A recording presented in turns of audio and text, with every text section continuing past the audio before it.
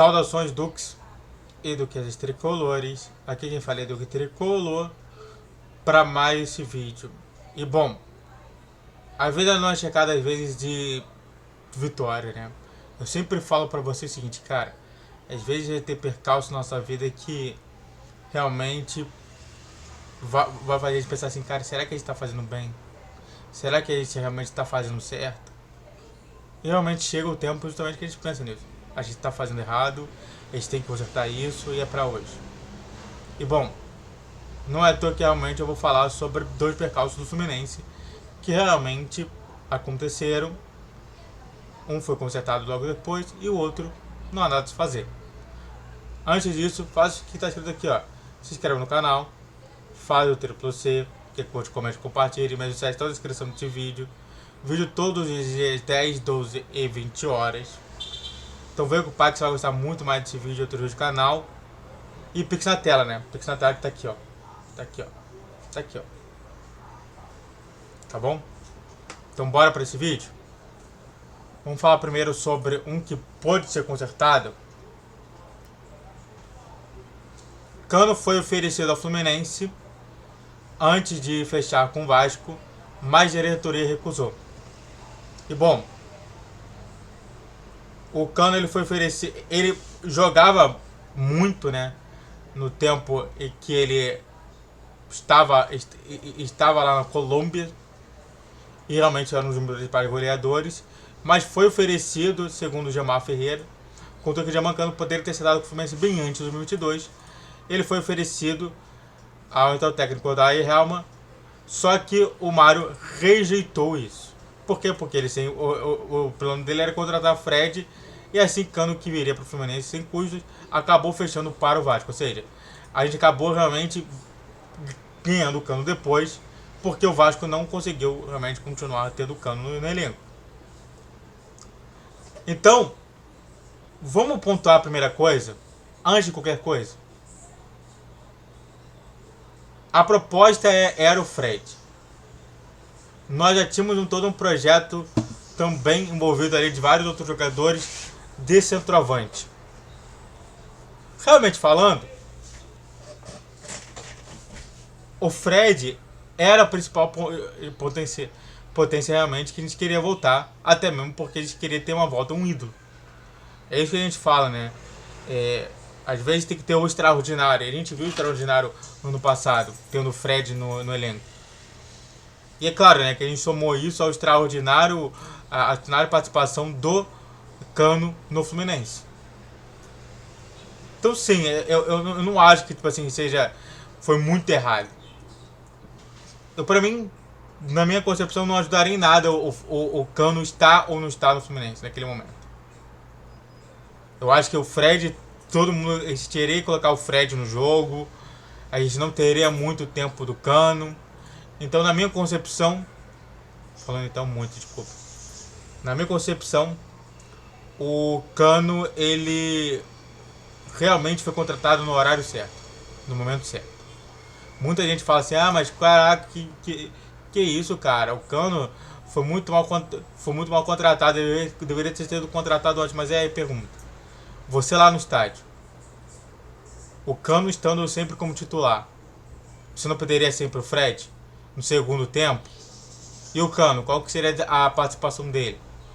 Poderia ser até pior. E aí? A série contratando um bagre. Então isso tudo que a gente está falando. Às vezes existe todo um processo. E esse processo foi concluído. O Fred precisava passar o bastão para alguém que também pudesse carregar esse time. E foi passado. Ou seja, para mim, é muito menos essa não contratação e muito mais pelo timing. Pelo tempo, né? O timing significa tempo em inglês. O tempo de realmente a chamada do Cano para o Fluminense. Eu acho muito importante a gente analisar isso. E é realmente, né? Eu coloquei aqui, Fred, pensar na gestão do clube, né? Vamos pensar na gestão do clube. Nessa hora, o Cano não ia ajudar muito. E realmente, o Cano, quando ele foi pro Fluminense, o pensamento geral era que a gente contratou mal, a gente teria que contratar o Rodrigo Goulart. Porque realmente, né? O Cano faz N gols na Série B, nossa, que incrível. E a gente viu que na Série A, com o Fluminense, ele meteu 44 gols. A grande questão é quando a gente fala sobre fatos que acontecem já. Cara, isso daí é ridículo. Isso daí chega a ser abominável. Pra quem acha que tá certo que o Cano ele deveria ter sido contratado antes. Muita gente fala isso. Eu escutei muito isso. Peço desculpas que tem o carro anunciando alguma coisa. Isso daí eu não posso fazer nada. Mas pra você ver só, olha só como que é essa análise. Muita gente comenta que, ai, nossa, viu como que realmente essas gestões todas são ruins? E eu não acho. Muito por conta de saída do Fred e realmente no mesmo ano eles ter contratado o Cano, foi maravilhoso. Foi tudo certo. Então, na minha concepção, pensando em gestão, nada contra.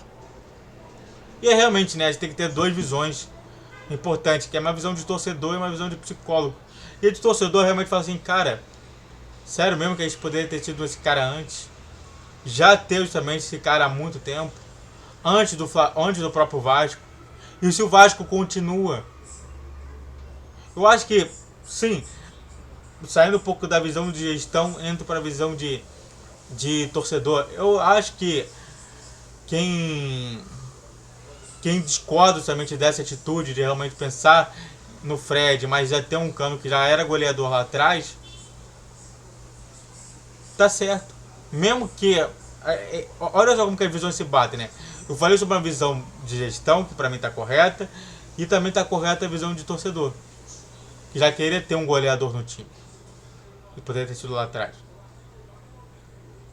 Já na visão de psicólogo, eu entendo que tudo tem seu tempo. Tudo tem seu tempo. Às vezes a gente anda 4, 5 passos à frente e acaba se estropicando no chão. E às vezes era naquele tempo que era para ser chamado o Cano. Que bom que foi, que bom que tá jogando bem. Parabéns a todos os envolvidos. E o próprio Cano. No segundo tema, a gente vai falar sobre, após a recusa do Midland, interesse do Fluminense em manter o Marrone se esfria. E bom, o Flu não consegue então renovar o contrato de empréstimo de Marrone. Acontece, eu acho que muito mais porque eles queriam realmente ganhar por cima. O Midland, ele não vai conseguir manter esse jogador por muito tempo. Ele tem contrato até 2026 e realmente ele ainda vai jogar mais 3 anos, 2 anos e meio. E o Midland, como qualquer clube, quer realmente lucrar, quer realmente ter justamente essa venda. E eu concordo que ele tem que proteger primeiro o patrimônio dele. E se o patrimônio dele é o Marrone, eu não acho errado.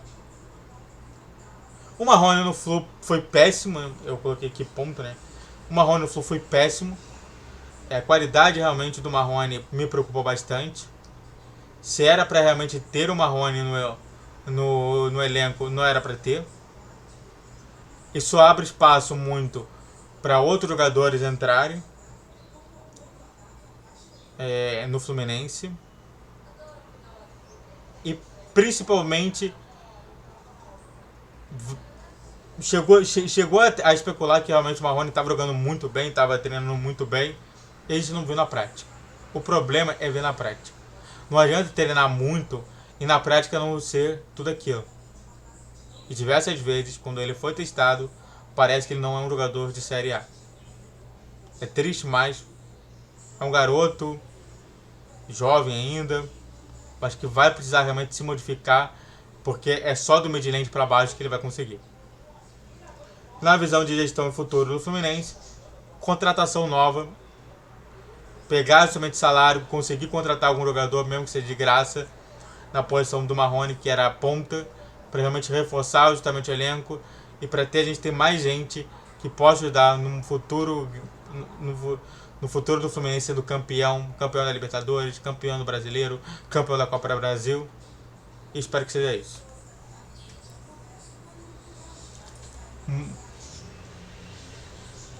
Muito obrigado a todos que assistiram, eu fico por aqui.